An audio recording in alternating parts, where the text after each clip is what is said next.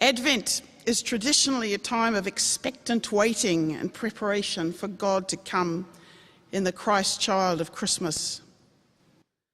I'm going to invite you to play with this idea of hope and expectation.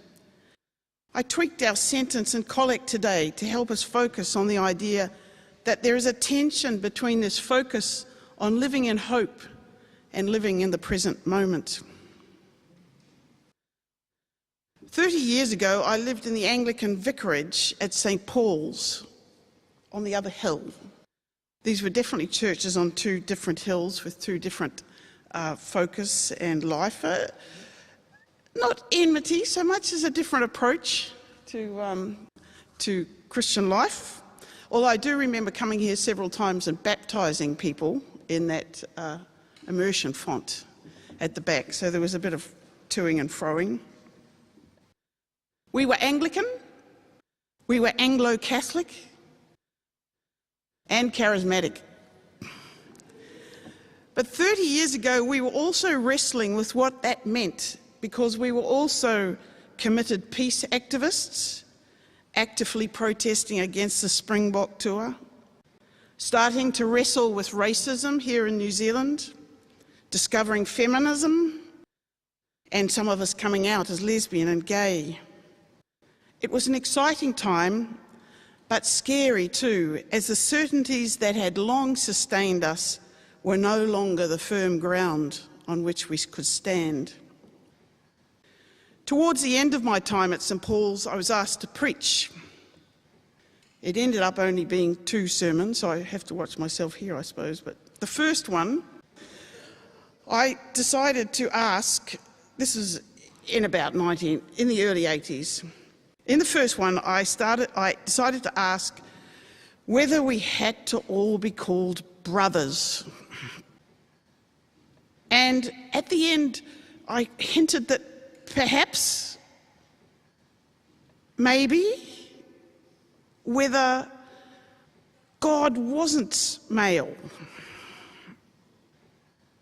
As the one who chose the music for the services and led the choir, I organised us to finish the service singing "To Be a Pilgrim," in which the choir valiantly sang she instead of he.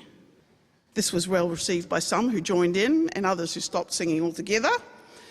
And it wasn't well received by others, and I was told that I'd better watch it when I preached again. It was a time of great turmoil for many of us as we sought to walk with God into a future where the certainty of the God we had known had all but disappeared. At the time, many of us read a book by Harry Williams called "Someday I Will Find You."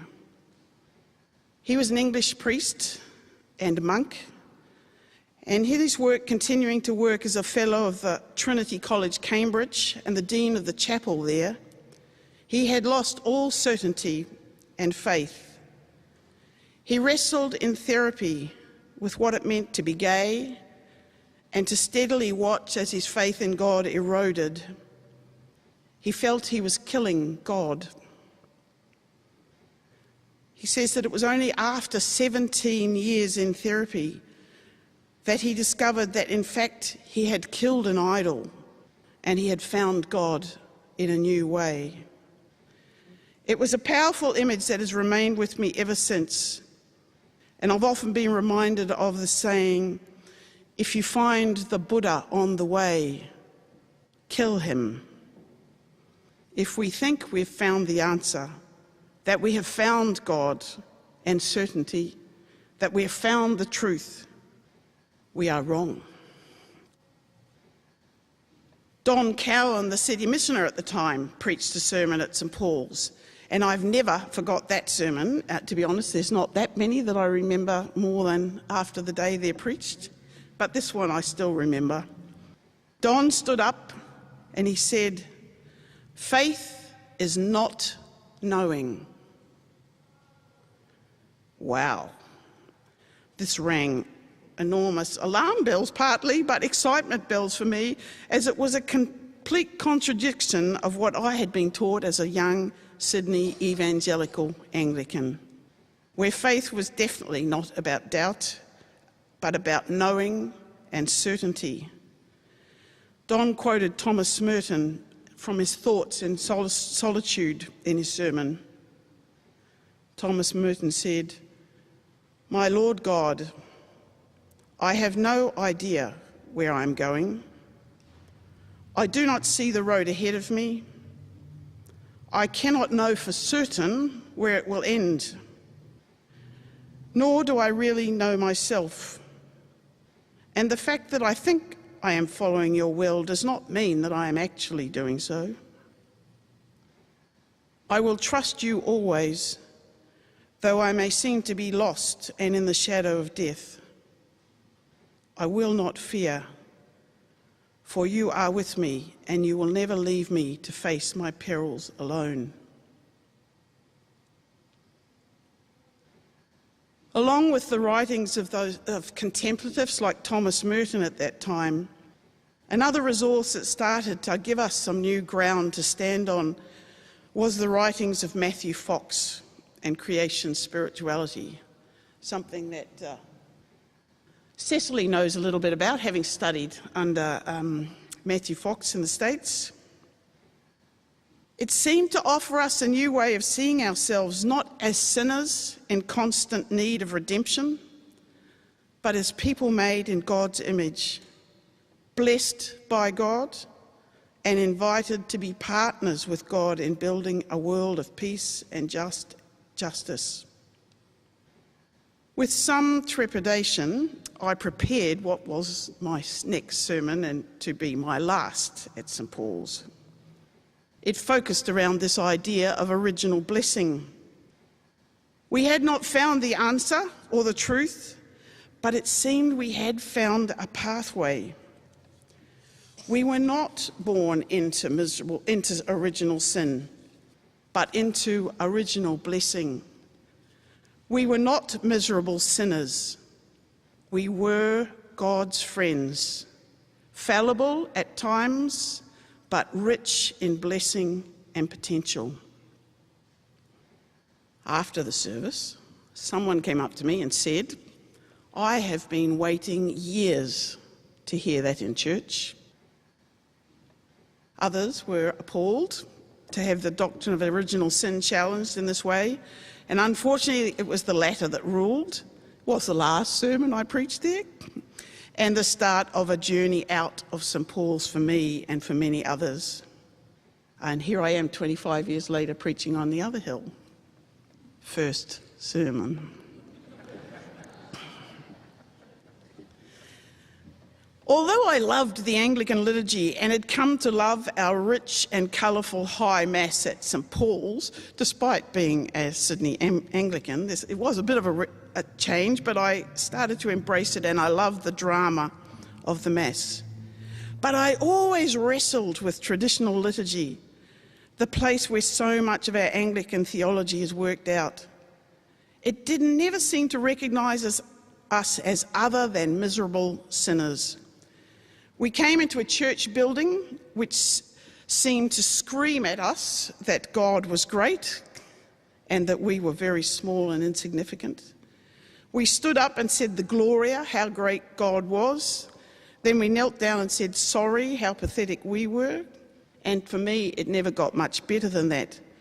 We celebrated and heard the deeds of God and prayed for God's blessing on those in need and sought sustenance in the communion to keep us going. It seemed nowhere did we recount the stories of our triumphs, our dreams, our struggles, and our disappointments. In the 90s, I was involved in a group called Spiral who met here at St. Matthew's. And in that, we tried to work through the language of our faith as we prepared liturgies and rituals that reflected what we were discovering about ourselves and of God. I remember one of the early services, which were quite traditional in some ways. We sat in the choir stalls, and the first thing we did was gather the stories of our week, what we'd been doing, what we'd been involved in, what we'd struggled with. It seemed an amazing way to start a liturgy, to gather up some of the journeys we'd been on in the past years, past weeks. So one of the reasons I come to St. Matthew's is that much of the careful planning for liturgy here is based on this premise that we are partners with God in building a new world of peace and justice and love. I think we could possibly do even better at this. I once wrote a story about the church being a fire on the hill, a place where some people made the commitment to keep that fire alive. But anyone was welcome to gather around it as they journeyed. It would be a place where we could connect our stories with the stories of other pilgrims and the stories of the past, where we could celebrate and get some sustenance for the journey. This is one of the reasons I'd like St Matthew's and other churches to focus more on occasional festival services rather than just week-by-week services.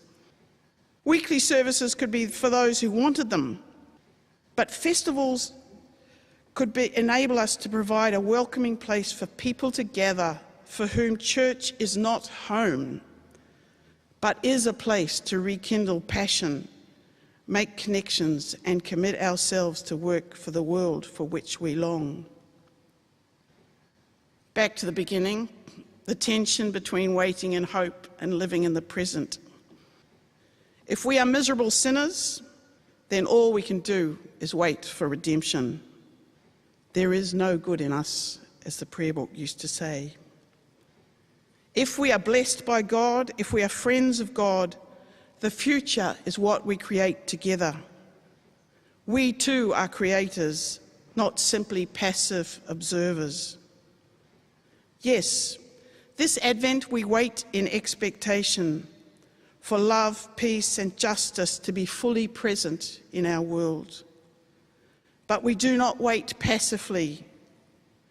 We work alone and with each other to bring about the future of which we dream. May we hold this tension of living in hope and living in the present moment, knowing that the future will be defined by what we do now.